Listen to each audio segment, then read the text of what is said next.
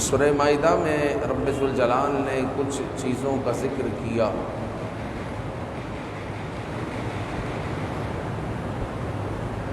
کہ یہ چیزیں بھی حرام ہیں،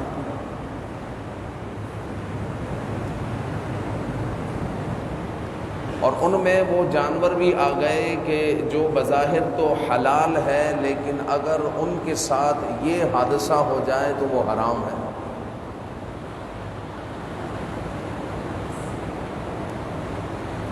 رب ذوالجلال نے ارشاد فرمایا حرمت علیکم المیتۃ والدم،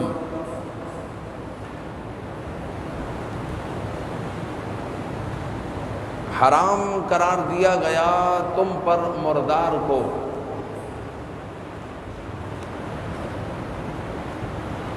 اور گزشتہ جمعہ آپ سماعت کر چکے ہیں کہ ہر مردار حرام ہے سوائے دو کے،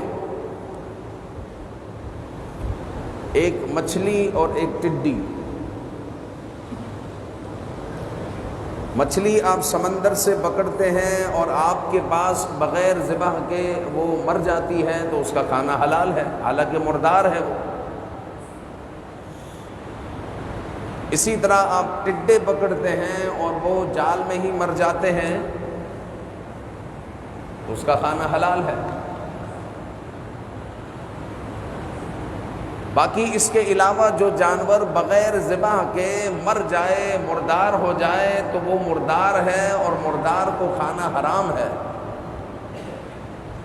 اگرچہ بظاہر وہ حلال ہی کیوں نہ ہو۔ اور جو لوگوں کو مردار کھلاتے ہیں، جس طرح آج شدید گرمیاں ہیں آج کل، تو ایک کلپ وائرل ہے کہ مردار مرغیوں کو تولا جا رہا ہے اور خریدنے والے اس کو خرید رہے ہیں۔ تو ضروری نہیں کہ اس سے بدگمانی ہی کی جائے، ہو سکتا ہے کہ وہ چڑیا گھر کے لوگ ہو اور وہ گوشت خور جانوروں کو کھلانے کے لیے خرید رہے ہو تو کوئی مذائقہ نہیں۔ لیکن اگر وہ پکا کر، مردار چیزوں کو پکا کر وہ مسلمانوں کو کھلا رہے ہیں تو ان قریب ان کی زندگی بے رونق ہو جائے گی، اور رب ذوالجلال کے غضب میں وہ ایسے گرفتار ہوں گے کہ پھر وہ نکل نہیں سکے گی۔ تو ایسے لوگ ہیں کہ جن کا بعض اوقات لاکھوں لاکھ روپے کا نقصان ہو جاتا ہے لیکن وہ مردار لوگوں کو نہیں کھلاتے۔ جس طرح آپ بھینس کالونی چلے جائیں تو بھینس کالونی میں آپ کو کچرا کنڈیوں پر آپ کو مردار بھینسیں ملے گی، تو جس کے باڑے میں وہ بھینس مری ہے تو وہ چار دیواری میں اس کو کاٹ کر اس کے گوشت کو بیچ بھی تو سکتا تھا۔ لاکھوں کا نقصان ہوا ہے تو وہ چند ہزار تو کما سکتا تھا نا، لیکن اس نے اپنے نوکروں کو کہا کہ اس کو اٹھا کر پھینک دیا جائے، اس نے حرام نہیں کھایا۔ تو لہذا زندگی میں کبھی ایسی آزمائش آئے تو اس کو برداشت کرنا چاہیے۔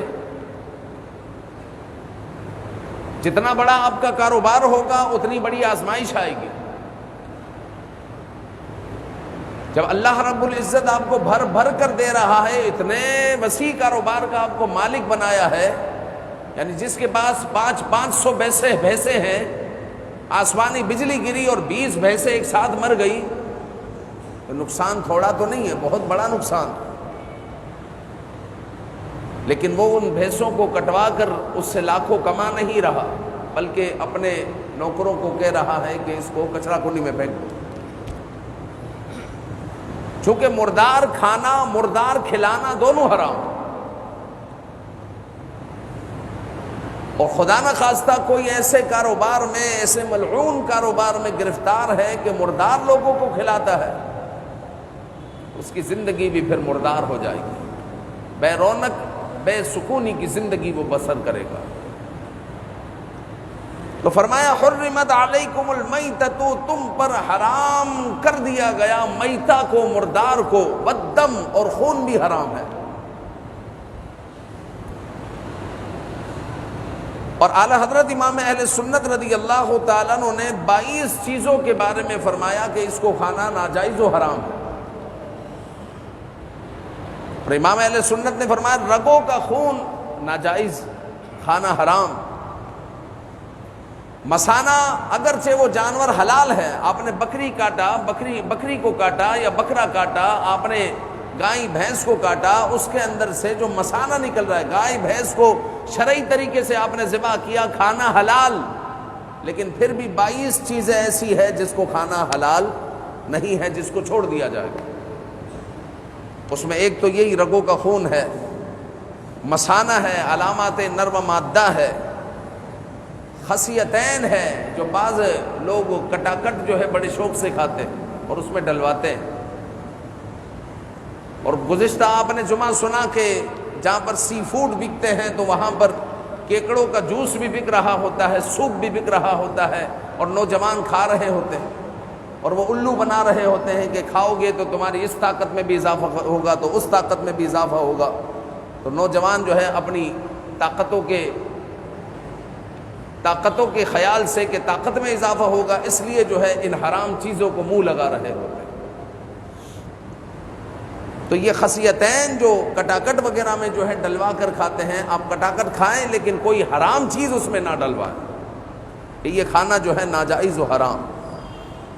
اسی طرح غدود، جو ماہر کسائی ہوتے ہیں ان کو پتہ ہوتا ہے کہ جسم کے کن حصوں پر غدود ہے، کیونکہ غدود کسی جانور میں بہت ہوتے ہیں، کسی میں کم ہوتے ہیں، یہ غدود ہوتے ہیں۔ اس کو نکال دینا ضروری ہے، اس کو کھانا، پکا کر کھانا یہ حرام ہے، اس کو نکال دیا جائے۔ حرام مغز کو کھانا حرام، جانور کو ذبح کر لیا، اس کی ساری ہڈیاں کھانا حلال ہے، جو ہڈی کھا نہیں سکتے تو اس کو چوسنا بھی حلال ہے، سوائے دو کے، اور وہ شانوں کی ہڈیاں ہیں، جس کو عام طور پر آپ نے دیکھا ہوگا کہ قصاب اس کو توڑ رہے ہوتے ہیں، اور اس خیال سے کہ شاید اس پر جادو ہوتا ہے، واللہ اعلم حقیقت کیا ہے۔ تو وہ جو شانوں کی طرف جو کھچی ہوئی ہڈیاں ہوتی ہیں، کھچے ہوئے پٹھے ہوتے ہیں، وہ کھانا حرام ہے۔ اسی طرح جگر اور کلیجی کھانا تو حلال ہے، لیکن اس کا خون کھانا حرام ہے۔ لہٰذا جگر جو ہے اگر کھایا جائے یا کلیجی کھائی جائے تو اس کے ٹکڑے کروا لیے جائیں، تاکہ جو بھی اس کے اندر خون ہے وہ بہہ جائے، ختم ہو جائے، بھی صحیح طریقے سے دھو کر آپ کھا لیں۔ اور آپ نے سماعت کیا تھا کہ 2 مردار چیزیں حلال ہیں، مچھلی اور ٹڈی، اور 2 خون بھی حلال ہے۔ یوں تو خون کھانا حرام ہے، لیکن 2 خون حلال ہیں، اور وہ ہے کلیجی اور تلی۔ کلیجی اور تلی یہ جمے ہوئے خون ہے، جسم میں لوتھڑے کی حیثیت رکھتے ہیں، لیکن ان کا کھانا جو ہے یہ حلال ہے، لیکن کھانا اس طرح ہے کہ پورا ان کو نہ پکائیں بلکہ ٹکڑے کر لیے جائیں، تاکہ ان کے اندر جو خون ہے، جگر کے ٹکڑے کر لیے جائیں تاکہ ان کے اندر جو خون ہے وہ بہہ کر باہر نکل آئے اور وہ پاکیزہ ہو جائے، ختم ہو جائے، اور اب اس کو کھانا حلال ہے۔ اسی طرح گوشت کا خون جو ذبح کے بعد گوشت کے اندر رہتا ہے، اس کو کھانا بھی حرام ہے۔ کہ آپ نے گوشت کاٹ لیا، اب گوشت گھر پر پہنچ رہا ہے، تھیلیوں میں بھر رہے ہیں، لیکن جب رشتہ دار کو دینے کے لیے تھیلی نکالی اپنے تھیلے میں سے، اس کے اندر تو خون ہے، جب بھرا تھا جب تو خون نہیں تھا، اب خون ہے۔ تو یہ جو رگوں میں جو خون ہوتا ہے اس کا کھانا بھی حرام ہے، لہٰذا گوشت کو صحیح طریقے سے دھو کر کھایا جائے گا۔ دل کا خون یہ کھانا بھی حرام۔ اسی طرح جو ہے پتے کا زرد پانی یہ کھانا بھی حرام۔ اوجڑی کھانا بھی جو ہے امام اہل سنت نے ناجائز و حرام لکھا، مکروہ تحریمی، تو اوجڑی بھی نہ کھائی جائے۔ بعض لوگ کھاتے ہیں، بعض علماء اس کو مکروہ تنزیہی بھی کہتے ہیں کہ ناپسندیدہ ہے، اس سے بچیں تو بہتر ہے۔ تو اس کو بھی جو ہے امام اہل سنت نے مکروہ تحریمی لکھا۔ اسی طرح آتے کھانا حرام، نطفہ کھانا بھی حرام۔ وہ گوشت کا لوتھڑا جو ماں کے پیٹ میں بچے کی صورت اپنایا ابھی نہیں ہے، وہ گوشت کا لوتھڑا بنا ہے، ابھی اس کو بچہ بننا تھا، پھر اس کے اندر جان آنی تھی، اس سے پہلے ہی ماں کو ذبح کر دیا گیا، تو گائے کے پیٹ میں سے ایسا گوشت کا لوتھڑا نکلے تو اس کو پھینک دیں گے، اس کا کھانا بھی حرام۔ گائے کے پیٹ میں سے اگر مردار بچہ نکلا اس کا کھانا بھی حرام۔ مچھلی آپ نے کاٹی، مچھلی کے پیٹ میں سے مچھلی نکلی، اس کا کھانا حلال ہے۔ اور اگر گائے کے پیٹ میں سے اگر مردار بچہ نکلا اس کا کھانا حرام۔ ہاں اگر زندہ بچہ نکلا تو اب اس کے بارے میں حکم یہ ہے کہ قربانی کا اگر وہ جانور ہے تو بچے کو بھی ذبح کر دیا جائے گا۔ تو رب ذوالجلال نے فرمایا کہ حرمت علیکم المیتہ، تم پر حرام قرار دیا گیا مردار کو، والدم اور خون کو حرام قرار دیا گیا، اور فرمایا ولحم الخنزیر، اور خنزیر کے گوشت کو تم پر حرام قرار دیا گیا۔ اور یاد رکھیں کہ یوں تو کتا بھی حرام، شیر بھی حرام، ریچھ بھی حرام، لیکن ان کے کوئی نہ کوئی جز پاک ہوتے ہیں۔ اور دنیا کا خنزیر ایک واحد جانور ہے جس کا انگ انگ ناپاک ہے، جس کا انگ انگ ناپاک ہے۔ جس طرح شیر ہے یا کتا ہے اس کے بال پاک ہے، اس کی ہڈی سے گوشت جدا کر دیا جائے ہڈی پاک ہے، اس کے دانت اگر جدا ہو جائے تو اس کے دانت پاک ہے، لیکن جو خنزیر ہے اس کا انگ انگ ناپاک ہے۔ اور ہم تو شریف لوگ ہیں، رب ذوالجلال ہمیں شریف چیزیں کھلاتا ہے، وہ بکری ہے، گائے ہے، بھینس ہے، بیل ہے، تو مسلمانوں میں شرافت پائی جاتی، اور جو خبیث چیزیں کھاتے ہیں ان کے اندر خباثت پائی جاتی ہے۔ کہ آج اگر فلسطین میں کچھ ہو رہا ہے تو جو خبیث چیزیں کھانے والے ہیں وہی لوگ کر رہے ہیں، جنہوں نے سب سے پہلے دنیا میں ایک ہی مرتبہ آئٹم بم چلا ہے، ایک ہی مرتبہ آئٹم بم پھینکا گیا، جاپان پر امریکہ نے پھینکا۔ تو کس نے پھینکا؟ جو خبیث چیزیں کھاتے ہیں انہوں نے ہی پھینکا۔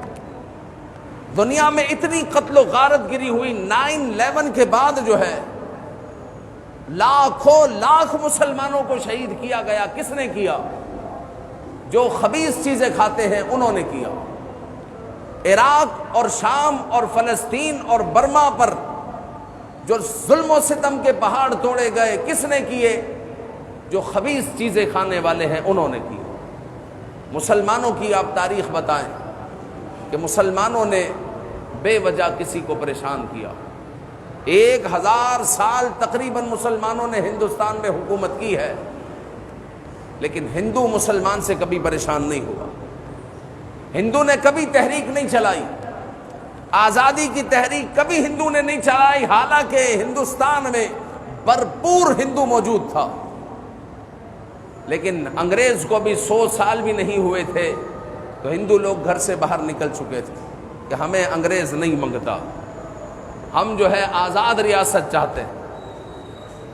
تو مسلمان شریف چیزیں کھاتا ہے، حق حلال کی اور حلال چیزیں کھاتا ہے، رب ذوالجلال نے اس کے اندر شرافت رکھی۔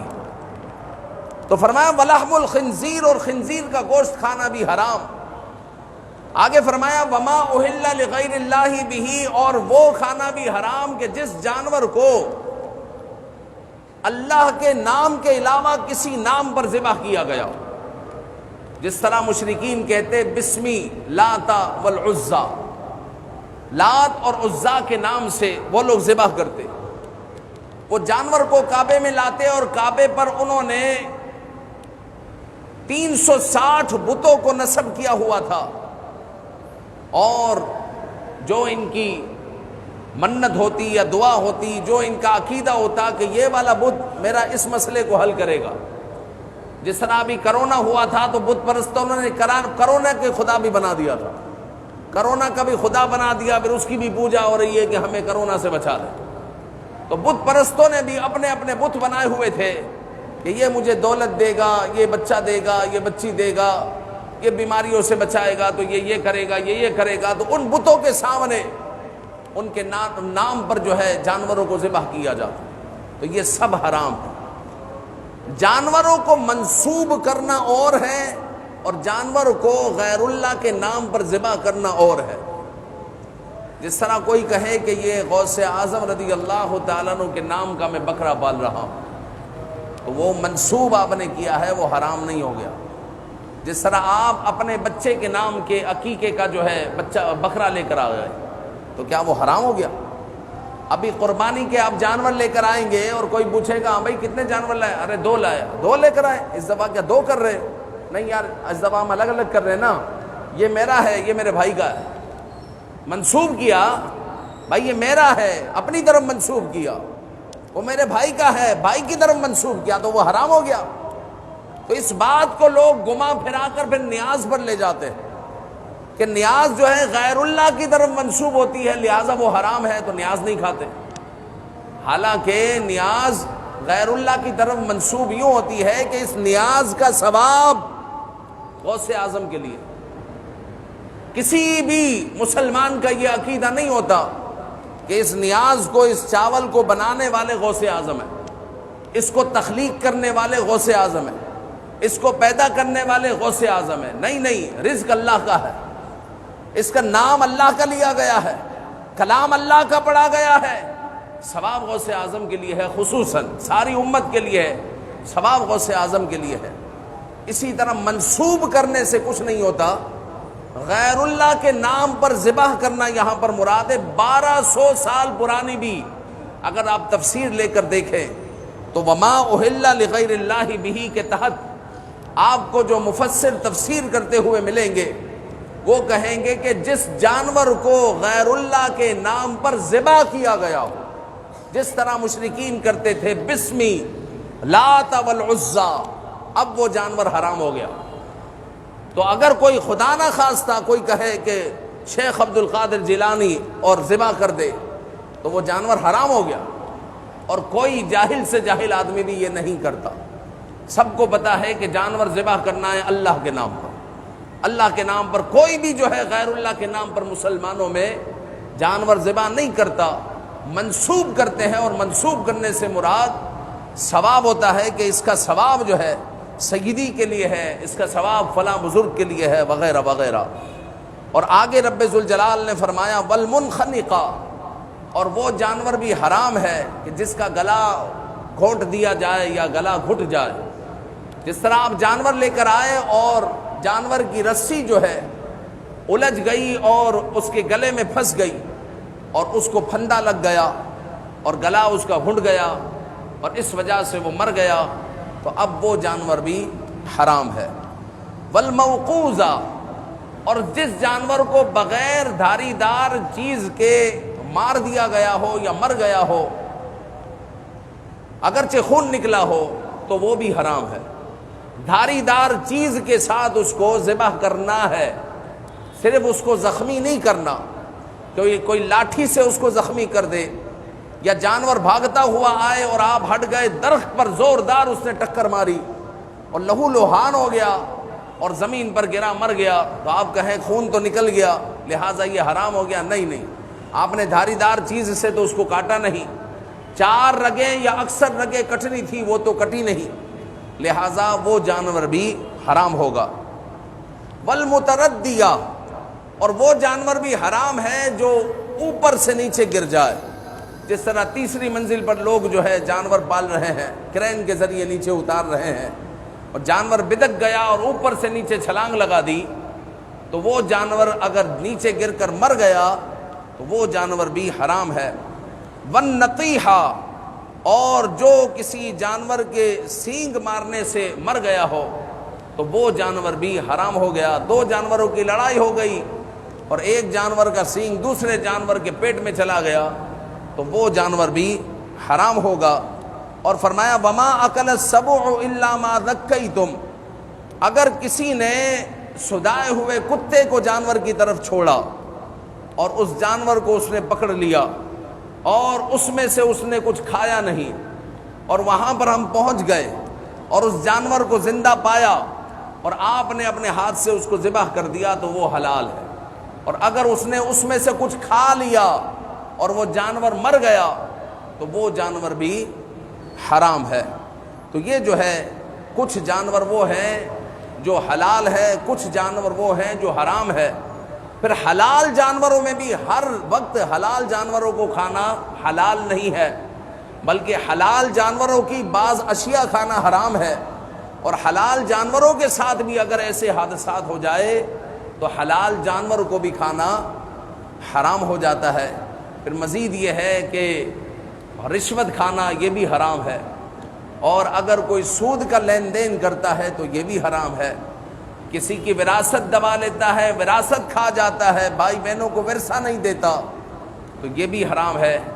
دغا اور رشوت کے پیسوں سے وہ قربانیاں کر رہا ہے، لوگوں کے پیسے مار کر، لوگوں کے پیسے دبا کر وہ قربانیاں کر رہا ہے، اور اس کے بعد خالصتاً حرام کا مال ہے، تو یہ بھی حرام ہے۔ ہمیں حلال و حرام کو ہر جانب سے دیکھنا ہوگا، ہر جانب سے دیکھنا ہوگا کہ میں جو کھا رہا ہوں یہ تو حلال ہے، لیکن جن پیسوں سے آیا کیا وہ بھی حلال ہے یا نہیں۔ تو ہر چہار جانب سے ہمیں دیکھنا چاہیے کہ پیٹ میں جو جا رہا ہے وہ 100% حلال ہے یا نہیں ہے۔ چونکہ حضرت معاذ رضی اللہ، حضرت سعد رضی اللہ تعالیٰ عنہ نے حضور سے عرض کی کہ یا رسول اللہ میری ہر دعا قبول ہو۔ رسول اکرم صلی اللہ علیہ وسلم نے فرمایا کہ اے سعد اپنے لقمے کو حلال کر لو، اپنے لقمے کو حلال کر لو، اللہ تعالیٰ تمہاری ہر دعا کو قبول فرمائے گا، تمہاری ہر دعا کو قبول فرمائے گا۔ لہٰذا ہمیں چہار جانب سے دیکھنا ہے کہ یہ حلال بھی ہے یا نہیں ہے۔ رب ذوالجلال ہمیں حلال کی برکتیں عطا فرمائے اور حلال ہی رزق عطا فرمائے، حرام سے بچنے کی توفیق عطا فرمائے۔ آمین بجاہ النبی الامین صلی اللہ علیہ وآلہ وسلم۔